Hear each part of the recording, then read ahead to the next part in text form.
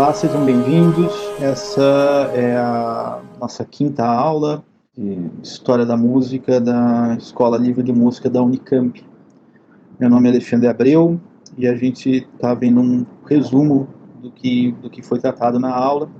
Num primeiro momento, a gente falou um pouquinho do instrumental da época, nossa última aula de Idade Média, e a gente procurou apresentar alguns instrumentos que fizeram parte do período e a maneira como eles são utilizados nesse momento. A gente deixou uma segunda parte para a interpretação do texto que a gente trouxe para a semana, que é o texto do musicólogo Manuel Ferreira, o texto Emergência da Escrita Musical.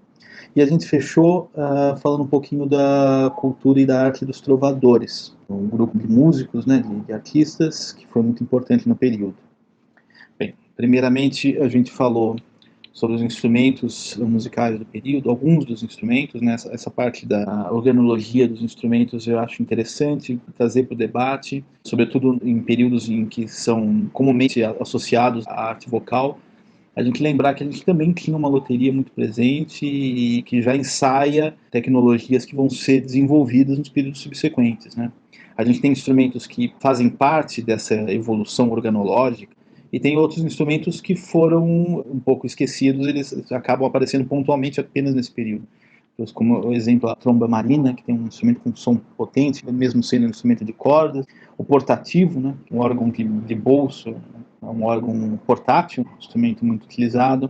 A cítula e a rebec, que são instrumentos de cordas, a cítula de cordas dedilhadas, a complexo, né, e a rebeca, um instrumento de arco, também característico do período. O organistrum, que é um familiar da viola de roda, a harpa e o saltério, parte dos instrumentos de cordas que foram característicos do período. A gente fechou falando um pouquinho do chaun, que é um antecessor do oboé barroco, né? E o chaun, um dos representantes da música nesse período, né?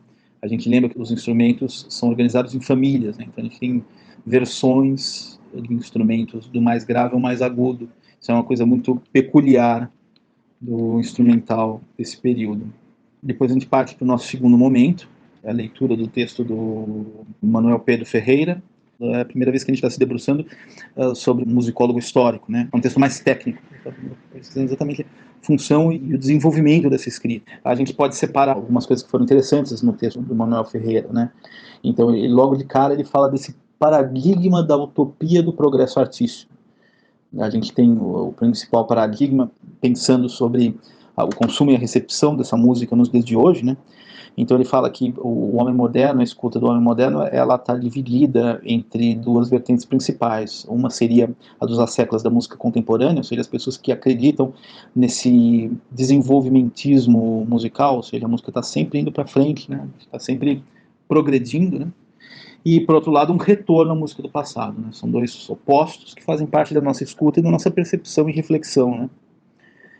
Ele ressalta o caráter único da dominação carolíngia, refletido na prática musical, ou seja, era necessário que houvesse uma música que também fosse única, que também fosse comum a todas as igrejas. Isso faz parte de um processo centralizador, né? Ou seja, a música, enquanto escrita, ela já é um componente político, né? Já vem carregada de um componente político muito forte, né?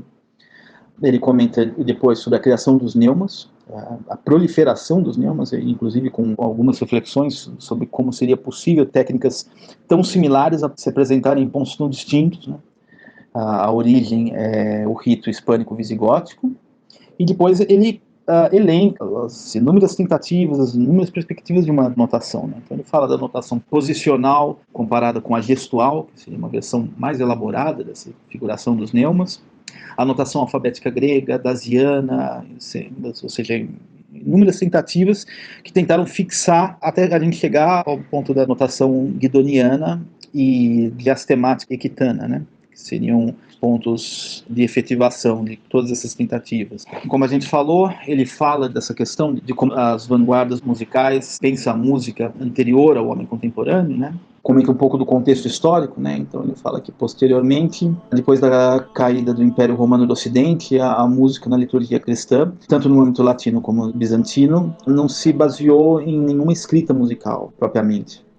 Certos autores argumentam que essa época litúrgica inicial, a vocalização musical é uma espécie de improvisação com um vocabulário standardizado de gestos melódicos, tomando-se como guia a estrutura modal pré-estabelecida, né? Então esse é um ponto inicial, ou seja, a gente não vê a necessidade de uma escrita porque ela estava compreendida nesse universo de improvisatório, né?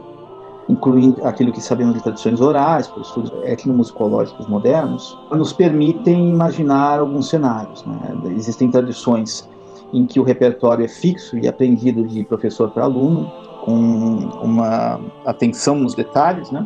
E com tradições que não compreendem a improvisação, né? E outras tradições que permitem uma variação dentro de certos limites. A gente estabelece alguns exemplos, né? Contudo, a gente só pode falar com segurança quando começamos a tratar de documentos. E eles aparecem tardiamente, uns poucos exemplos de notação no século IX, raros livros, alguns outros tantos a partir dos anos 1000, e daí sim 100 livros de notação musical, né? Então a gente tem um salto, né? A partir dos anos 1000 a gente tem um salto na produção desse material. Ele apresenta vários exemplos que são muito interessantes, né? De como a notação neumática aparece na Bretanha, na Aquitânia, mesmo no norte da Itália, ou seja, estabelecendo origens possíveis para esse repertório, né? Ressalta novamente o impacto político dessa planificação, né? É fácil perceber e imaginar que a política religiosa de Carlos Magno, que implicava um esforço sistemático de propagação de um modelo único para o culto litúrgico no Império, possa ter impulsionado, através da invenção de uma técnica de escrita, o controle dos conteúdos musicais na liturgia. Ou seja, o texto musical ele é um texto que passa por essa intenção de controle, né? Ressalta a vantagem da notação neumática, a possibilidade de uma visão imediata do fraseado musical e da articulação musical, o que é um ponto fundamental. Na realidade, o fraseado musical e a articulação musical é tão somente a única informação que o sistema neumático oferece. E daí sobressai o inconveniente, né, que é a indefinição da posição melódica exata das notas. A gente sabe quais notas são graves ou mais agudas em relação às notas anteriores, mas a gente não sabe que notas são, né? Os clérigos medievais sabiam porque haviam aprendido de memória as melodias. A notação não era mais do que uma ajuda. Descreve alguns tipos de notação, com base nos acentos prosódicos, em signos, em sinais de pontuação. Ele faz um elenco bastante detalhado, inclusive com imagens, e aponta os pontos fortes e positivos de toda a técnica. Para o autor, a notação guidoniana tinha a enorme vantagem de ser autossuficiente para a transmissão das melodias gregorianas, ou seja, uma vez aprendido o método de leitura dessa escrita, não era necessário para o cantor uma formação contínua de 10 anos, o que era o hábito para os monges, para saber de memória o repertório e poder trabalhar com ele, né? Era suficiente uma formação de apenas 2 anos. Os pontos negativos seriam uma uniformização dessa prática, que possivelmente era mais rica e variável, né, com inflexões melódicas, inclusive alterações cromáticas e o uso de intervalos de 4 de tons que desaparecem no momento em que se começa a escrita. A memória podia suprir alguns desses matizes melódicos, né, um ponto que desaparece quando da escrita. E os aspectos positivos é que a notação guidoniana alargou o acesso ao canto gregoriano e potenciou as energias criativas dos músicos no que concerne ao tratamento polifônico. Polifonia, um canto simultâneo de linhas melódicas independentes, se desenvolveu no Ocidente e no Oriente, seguramente embasado na notação diastemática, que permitia a visualização imediata dos intervalos formados por sons simultâneos. Para fechar, a gente falou sobre o movimento dos trouvères e troubadours.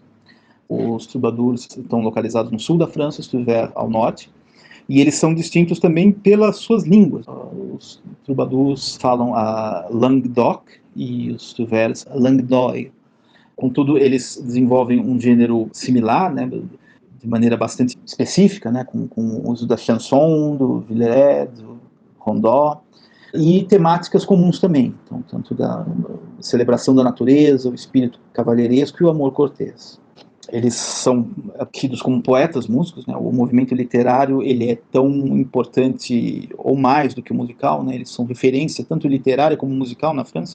Eles são tidos como os pais da literatura francesa, né? É um grupo fundante no momento em que o país está dividido entre as duas línguas e inúmeros dialetos. Então a gente tem que o refinamento dos versos e a riqueza da melodia fazem das cantigas dos trovadores obras de rara perfeição. Por trás dos altos muros dos castelos, independente da cultura dos clérigos, nasce uma cultura cavaleiresca. A elite laica cria desse modo, no momento em que se reforça a ideologia feudal, em que se forjam os valores corteses, uma arte particularmente difícil, que ao mesmo tempo elabora tais valores e os enaltece na beleza do canto. É uma poesia, sobretudo, muito elaborada, deixou um rastro de vestígios, né? A gente tem 3.500 poemas para os troubadours, 4.000 textos melódicos para os trouvères. A gente tem diversos gêneros, né? O chanson, a mais comum, a serenade, costuma ser lamento do cavaleiro apaixonado, a plan, les seventes, la ballade, enfim, vários exemplos de gêneros abordados pelo grupo. O próprio grupo era bastante heterogêneo, a gente está falando de nobres, muitos deles cavaleiros que participaram das cruzadas, então o texto poético deles também é um relato histórico, né? E às vezes até clérigos e mesmo pessoas que não faziam parte da nobreza, né, burgueses. A gente tem 3 temáticas muito importantes, né, que é essa temática cavaleiresca, a segunda a gente pode falar como a idealização da natureza e a terceira a idealização do amor cortês e da figura da mulher, né?